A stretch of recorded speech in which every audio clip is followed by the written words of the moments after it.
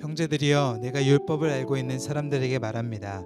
여러분은 율법이 사람이 살아있는 동안에만 그 사람을 지배한다는 것을 알지 못합니까? 결혼한 여자가 그 남편이 살아있는 동안에는 법으로 남편에게 매여 있으나 그 남편이 죽으면 남편의 법에서 벗어나게 됩니다. 그러므로 남편이 아직 살아있을 때 여자가 다른 남자에게 간다면 가늠한 여자라 불릴 것입니다. 그러나 만일 남편이 죽으면 그 법에서 벗어나게 되므로 다른 남자에게 가더라도 가늠한 여자가 되지 않습니다. 그러므로 내 형제들이여, 여러분도 그리스도의 몸으로 인해 율법에 대해 죽은 자가 됐습니다. 이것은 우리가 다른 분, 곧 죽은 자 가운데서 살아나신 분에게 속해 하나님을 위해 열매를 맺게 하려는 것입니다. 우리가 육신에 있을 때는 율법으로 인한 죄의 정욕이 우리 지체 속에서 작용해 죽음에 이르는 열매를 맺게 했습니다.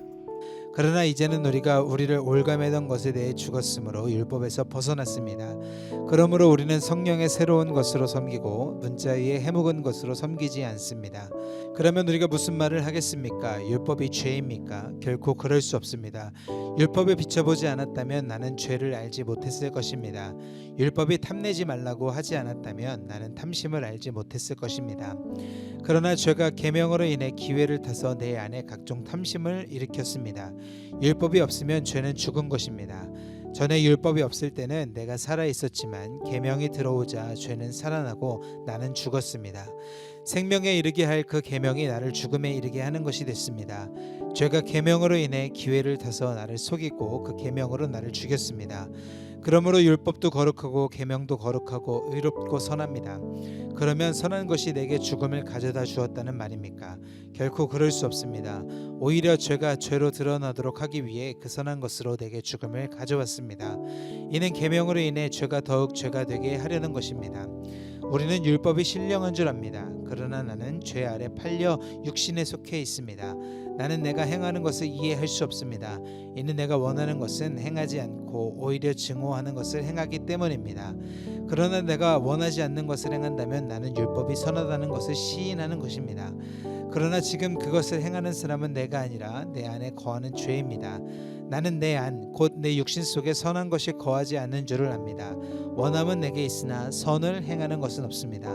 내가 원하는 선은 행하지 않고 오히려 원하지 않는 악을 행합니다. 만일 내가 원하지 않는 것을 행한다면 그것을 행하는 사람은 내가 아니라 내 안에 거하는 죄입니다. 그러므로 나는 하나의 법칙을 깨달았습니다. 곧 선을 행하기 원하는 나에게 악이 함께 있다는 것입니다. 내가 속사람으로는 하나님의 법을 즐거워하지만 내 지체 안에서 하나의 다른 법이 내 마음의 법과 싸워 나를 내 지체 안에 있는 죄의 법의 포로로 잡아가는 것을 봅니다. 아, 나는 비참한 사람입니다.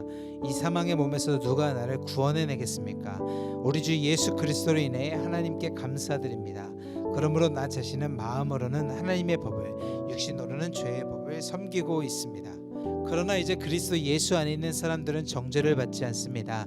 이는 그리스도 예수 안에 있는 생명의 성령의 법이 죄와 죽음의 법에서 여러분을 해방했기 때문입니다. 율법이 육신으로 인해 연약해져서 할 수 없었던 그 일을 하나님께서는 하셨습니다. 곧 하나님께서는 죄를 속량해 주시려고 자기 아들을 죄 있는 육신의 모습으로 보내셔서 육신 안에서 죄를 심판하셨습니다. 이는 육신을 따라 살지 않고 성령을 따라 사는 우리에게 율법의 요구가 이루어지게 하시려는 것입니다. 육신을 따라 사는 사람은 육신의 일을 생각하지만 성령을 따라 사는 사람은 성령의 일을 생각합니다. 육신의 생각은 죽음이지만 성령의 생각은 생명과 평안입니다. 육신의 생각은 하나님을 적대하는 것입니다. 그것은 하나님의 법에 복종하지 않을 뿐더러 복종할 수도 없습니다. 육신 안에 사는 사람들은 하나님을 기쁘시게 할 수 없습니다. 그러나 하나님의 영이 여러분 안에 거하시면 여러분은 육신에 죽지 않고 성령 안에 있습니다. 누구든지 그리스도의 영이 없으면 그리스도의 사람이 아닙니다. 그러나 그리스도가 여러분 안에 계시다면 몸은 죄로 인해 죽으나 영은 의로 인해 살아 있습니다. 예수를 죽은 사람 가운데서 살리신 분의 영이 여러분 안에 거하시면 그리스도 예수를 죽은 사람 가운데서 살리신 분께서 여러분 안에 거하시는 자기 영으로 인해 여러분의 죽을 몸도 살리실 것입니다. 그러므로 형제들이여, 우리는 육신을 따라 살아야 하는 육신에 빚진 사람이 아닙니다. 만일 여러분이 육신을 따라 살면 반드시 죽을 것이지만 성령으로 몸의 행실을 죽이면 살 것입니다. 누구든지 하나님의 영으로 인도를 받는 사람들은 하나님의 아들들입니다. 여러분은 다시 두려움에 이르게 하는 종의 영을 받지 않고 양자의 영을 받았습니다. 우리는 그 영으로 아바 아버지라고 부릅니다. 성경은 친히 우리가의 영과 더불어 우리가 하나님의 자녀임을 증거합니다. 우리가 자녀이면 또한 상속자입니다. 우리가 그리스도와 함께 영광을 받기 위해 그분과 더불어 고난을 받으면 우리는 하나님의 상속자여 그리스도와 함께 상속자가 됩니다. 현재의 고난은 앞으로 우리에게 나타날 영광과 좋게 비교할 수 없다고 생각합니다. 피조물은 하나님의 아들들이 나타나기를 고대하고 있습니다. 피조물이 허물한데 굴복하게 된 것은 자신의 뜻이 아니라 오직 굴복하게 하시는 분으로 인한 것입니다. 그러나 피조물도 소망 가운데 있으니 이는 피조물도 자신의 썩어짐의 종노릇하는 데서 벗어나 하나님의 자녀가 누릴 영광의 자유에 이를 것이기 때문입니다. 우리는 모든 피조물이 지금까지 함께 탄식하며 함께 해산의 고통을 겪고 있다는 것을 알고 있습니다. 그뿐 아니라 또한 성령의 첫 열매를 가진 우리조차도 속으로 탄식하며 양저됨 곧 우리 몸의 구속을 기다리고 있습니다. 이는 우리가 이 소망 가운데 구원을 받았기 때문입니다. 그러나 눈에 보이는 소망은 소망이 아닙니다. 보이는 것을 누가 소망하겠습니까? 만일 우리가 보지 못하는 것을 소망한다면 참고 기다려야 합니다. 성령께서도 우리의 연약함을 도와주십니다. 우리는 마땅히 무엇을 기도해야 할지 알지 못하지만 오직 성령께서 친히 말로 할 수 없는 탄식으로 우리를 위해 간구하십니다. 마음을 살피시는 분께서 성경의 생각이 무엇인지 아십니다. 이는 성령께서 하나님의 뜻을 따라 성도를 위해 간구하시기 때문입니다. 우리는 하나님을 사랑하는 사람들 곧 그분의 뜻을 따라 부르심을 받은 사람들에게는 모든 것이 합력해 선을 이루는 줄을 압니다.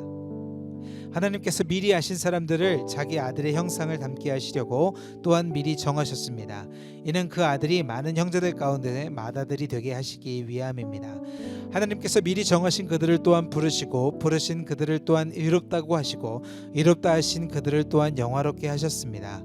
그러면 이 일에 대해 우리가 무슨 말을 하겠습니까? 하나님께서 우리를 위하시면 누가 우리를 대적하겠습니까? 자기 아들을 아끼지 않으시고 우리 모두를 위해 내어주신 분께서 어떻게 아들과 함께 모든 것을 우리에게 은혜로 주지 않으시겠습니까? 누가 하나님께서 택하신 자들을 고소하실 수 있겠습니까? 의롭다고 인정하신 분은 하나님이십니다. 누가 정죄하겠습니까? 죽었을 뿐 아니라 살리심을 받으신 분은 그리스도 예수십니다. 그분은 하나님 오른편에 계시며 우리를 위해 간구하십니다. 누가 우리를 그리스도의 사랑에서 끊을 수 있겠습니까? 환난이나 곤고나 핍박이나 배고픔이나 헐벗음이나 위험이나 칼이겠습니까? 기록되기를 우리가 종일 주를 위해 죽임을 당하며 도살할 양같이 여김을 받았다라고 한 것과 같습니다. 그러나 이 모든 일에 우리를 사랑하시는 분으로 인해 우리가 넉넉히 이깁니다. 나는 확신합니다.